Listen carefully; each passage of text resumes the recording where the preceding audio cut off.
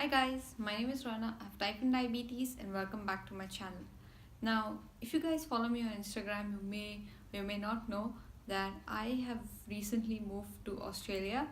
Yeah, I kept it pretty low key, so I don't think that a lot of people know this, but I asked you guys on Instagram if you would like to know what my experience has been like moving to a new country where I knew absolutely no one, and 98% of you said yes.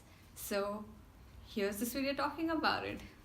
So, I decided to come to Australia because I wanted to do a master's degree, and that's what I have been doing here. I've been in Australia for a, about a month, maybe just a bit over a month right now, so I haven't been here for very long. But there are already many things that I can notice about my experience living alone, living in this country. I think it's a dream for a lot of people to just pack up their bags and go and live somewhere across the world.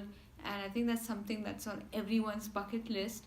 But this is a decision that should be taken very consciously, because something that we perhaps don't realize is while the image of like having just a backpack and traveling around the world is idealized, it's really not that easy. You only realize how many connections and how many things you're used to when you leave that surrounding and you find yourself in a completely new area. I mean, I am someone who's always had a very small friend circle, but when I moved to Australia, I suddenly realized I didn't know anyone, I didn't have any friends, and sometimes I can feel really lonely as well. So, definitely, this should be something that you think about. Don't just do it because you think, oh, it's cool and it's going to be fun. There's many things that go into such a decision, and like I said, it should be taken really consciously.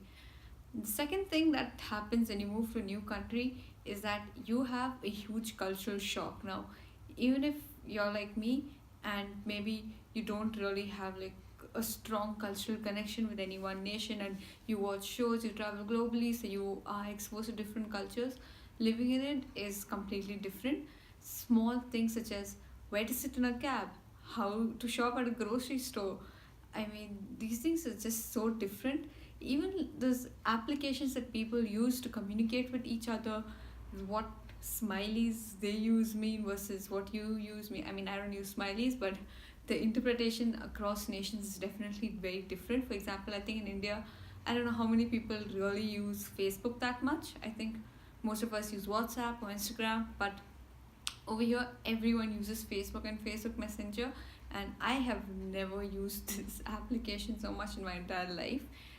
But yeah, that was something new, and everyone sits at the front of the cab over here, which was again something that I'm not used to, because usually you just sit behind. But it's just these small things where suddenly you're like, oh no, I'm a bit uncomfortable right now because this is just not what I'm used to. Of course, as you expose yourself to the culture more over the next 2 or 3 weeks, you get used to it, but in the beginning it's just a bit of a cultural shock. Then the most important thing when you move to a new country is that you should allow yourself to be as uncomfortable as possible, because the whole reason that you leave your country and move somewhere else is because you want to be exposed to new cultures, you want to meet different people, you want to learn how they think, how they behave, what drives them, etc. And this is only possible if you let yourself be uncomfortable. Like, the simplest thing to do is to find someone from your country, connect with them, do everything with them, become best friends with them. But that's just the easy way of going about things. And what happens, in my opinion, is that because you already form like a strong cultural identity over there, you really don't have a very authentic experience of the other culture, because you're constantly viewing it from the lens of your comfort and your culture. But if you allow yourself to be uncomfortable and you talk to people from different nations, and maybe sometimes it gets really awkward. I mean, I've been, I think now, to 4 or 5 sessions where I didn't know anyone, and I didn't know how to approach people, I didn't know how to make friends, and it was really awkward because I think in the beginning it was just me standing around for like 15-20 minutes, and even in classes I had the same thing.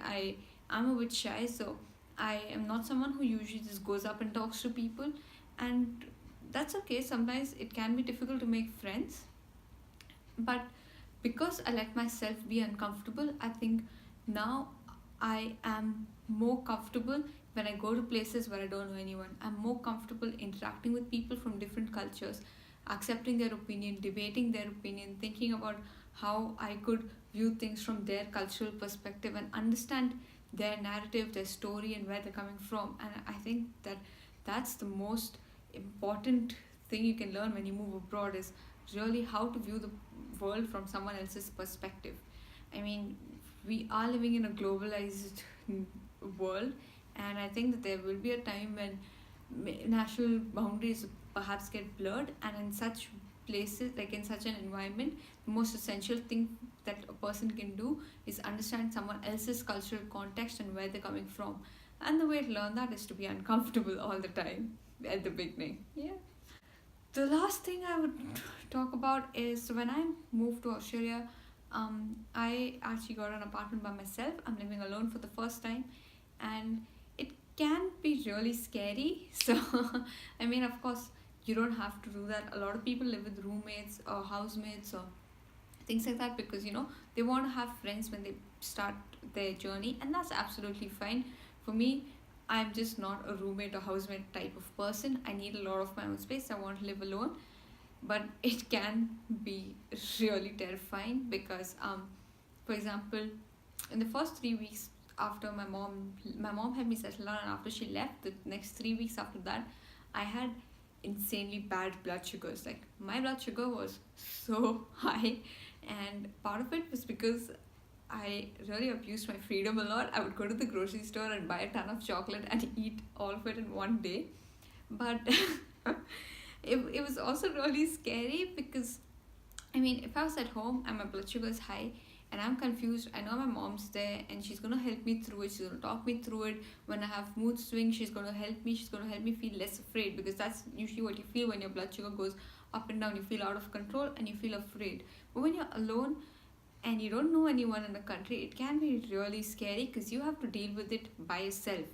And incidents that happen outside the house, like for example, maybe someone tries to mug you. I'm not saying that this will happen, but maybe someone tries to mug you, or maybe someone makes you feel uncomfortable. Those situations can be scary because you know that you don't have anyone to call or anyone to fall back on or anyone who will probably notice that you're missing. And in those situations, it can be really scary. But I do think that one cannot live the life in fear, and these things are going to happen, and they could happen to anyone. You don't have to be in a particular situation or doing something for this to happen to you. It could happen to anyone. But while it is scary, I do also think you grow through such experiences because you learn things, like for example, how to defend yourself when such stuff happens, or how to calm yourself down, how to deal with your anxiety, things like that. Once you learn this behavior on your own, I think it's really helpful. I've started to learn how to really calm myself down when my blood sugar is all over the place, and how to make myself feel less afraid. I had a situation where someone made me feel really uncomfortable, and I really didn't know what to do. And I swear to God, like, I came home and my hands were shaking because I was so scared from the experience. But I also think that the experience showed me this, how to calm myself down, how to avoid such situations, how to deal with such a situation when it comes in the future again. And you have a real sense of independence and freedom that comes from it. So that's been my experience so far living by myself. Most of the time, it's just a lot of work. I mean, there was a time when I felt like all I was doing was either cleaning the house or cooking food or buying groceries, and I really was going insane. But spending so much time with myself, I've learned things that I like, things that I can do. I've sort of set up my own routine now. I'm going to wash clothes maybe only on these days. I'm going to study for this much time, and then I'm going to take out this much time on these days and go out, explore, do whatever you want. And that's the best part about living abroad. And you get really comfortable with yourself. I mean, after my mom left, I still wanted to explore Australia and Melbourne, and I'm still doing that. But I learned how to go for things by myself, without being afraid. I went to a museum by myself, and sometimes when you have all your friends and someone to call all the time, you really feel intimidated by the idea of going outside alone. Or maybe it's just me, but I did find it a bit intimidating, eating by myself, going out by myself, watching movies by myself. How's it gonna be? But once you discover who you are and what you like, it's actually really, really fun. I mean, you just know how to make things happen for you. You know what you want. You don't have to answer to anybody. And that sort of independence, or even just learning that much about yourself, it's amazing. And life is a journey where most of the time you're just trying to figure out who you are and what you like. And I think that living in a place where you don't know anyone and you're all alone is a great, scary, but a great way to make a lot of headway on that journey. So that has been my experience so far. And if you guys want to know about any specific aspects of living alone, if you guys would like me to talk about how I made the transition from living with my parents to living alone, things like that, life in Australia, etc., let me know down in the comments or let me know on Instagram, and I'll be happy to share it with you. So that's it for this week, and I'll see you guys next time. Bye.